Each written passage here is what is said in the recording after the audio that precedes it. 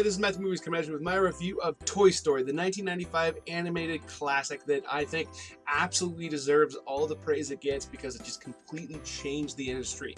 Made by Pixar, this movie was such a gigantic achievement. I mean, it just completely changed the way that animated films were made, the look of them, the style. You had very few classical animated films come out for a very long time, which, you know, you could say is a positive or a negative.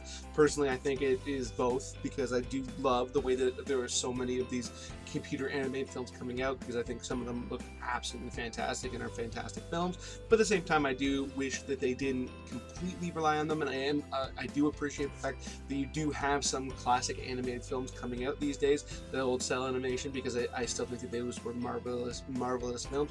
And I think this movie is, you can very much tell that it is the first major Pixar film. I mean, you had a whole bunch of shorts beforehand, because the animation of it is kind of shoddy in certain scenes. Like, there's some characters that are pretty bad looking, really. You would never see them look like that today.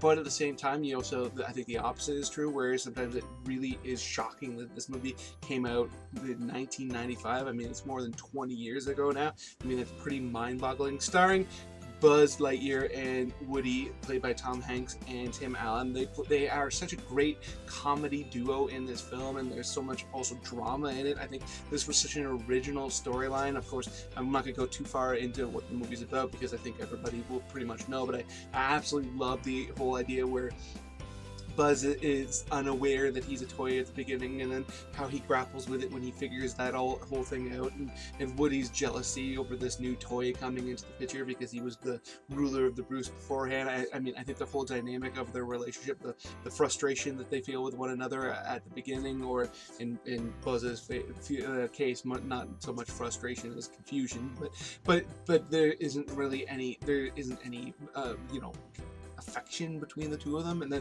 to see how that grows and how far they go from one another by the end of the film, and how they become this inseparable pair is absolutely fantastic. I just absolutely loved so much of the way that this story was told. I think it was just so dynamic and awesome. And then you also have, you know, all of their friends that are there. Like, you have the Slinky Dog, the pig, the dinosaur, I mean, Mr. Potato Head. It was very, very cool how they created this whole world of the hierarchy of the toys, and how they had several characters for you to enjoy. I mean, there was the car, there's so many of them. That was very, very well done. And because of the large cast of characters that they created in this film, you had so many people, or characters I should say, I guess, because they're not people, they're toys, but they had so many toys that you could just invest in.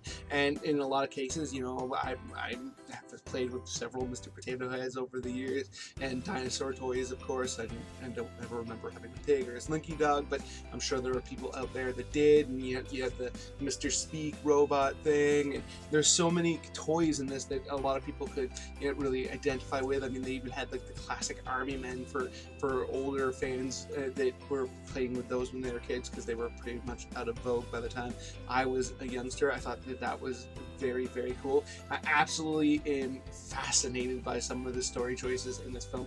And with that, I'm mostly speaking about the character of Sid. You have this neighbor who's, you know, does these horrible things to these toys. It's really funny thinking about it now, because I remember when I was watching it when it first came out, I was, you know, I wouldn't say I was a kid, but I was in my teens,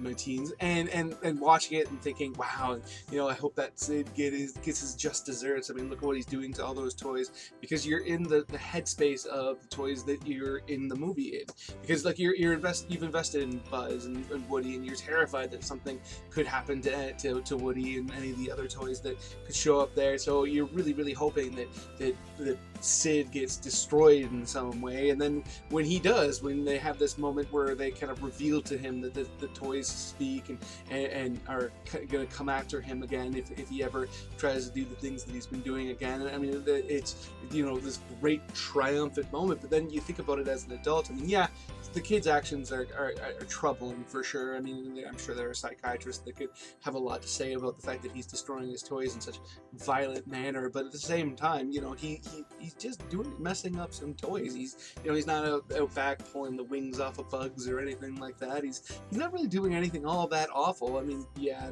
the fact that he seems to have some ability to make things explode is definitely worrisome. But again, but he's not doing anything that is necessarily demanding this kind of retribution. I mean, if he went further, sure, but the way we see him, I mean, that kid probably would grow up to have huge emotional problems because he's gonna be telling everybody that these toys came to life and threatened him, and nobody could believe him. I mean, the extrapolation of what could happen to that character is pretty troubling when you get older and you watch the film. But at the same time, you can also kind of let all that go and just enjoy the moment like you did when you were a kid. So I thought that was a very, very interesting choice, and I think this film is filled to the brim with interesting choices and lovable characters and memorable moments. I thought it was an expertly told story, and there's very good reason why it's spawned 2 sequels that have been met with such acclaim, especially in the case of the 3rd one. So I absolutely love this movie. So those are my thoughts on it. Let me know in the comment section below what you think. If you're a fan, if you hate it, which I don't know how that's possible, but if you hate it, you can tell me that, or whatever, where you think it deserves to be remembered in the history of film. Other than that, please hit that like button, hit the share button. It makes it much more likely that other people come check out this video and let me know what they think, which is something I would absolutely love, because I love talking to people about film. And speaking of that, if you're new here or you just haven't done it yet, please hit subscribe, hit that notification bell. That way you can find out when I put out a new video and come and let me know what you think. Other than that, have yourself a good day.